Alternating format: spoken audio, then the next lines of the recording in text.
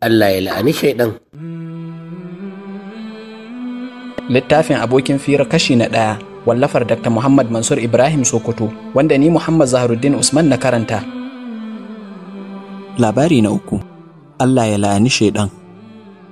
Wani mutum ne aka yi a wani gari. Kullum abokansa sai su la'ani shaidan, shi kuma yana kushe su, yana cewa, me ya muku, wanda ba ku taɓa ganinsa ba, balle ku ce ya cuce ku? Ana haka wata rana sai ya yi mafarkin ya haɗu da shaidan a wata unguwa.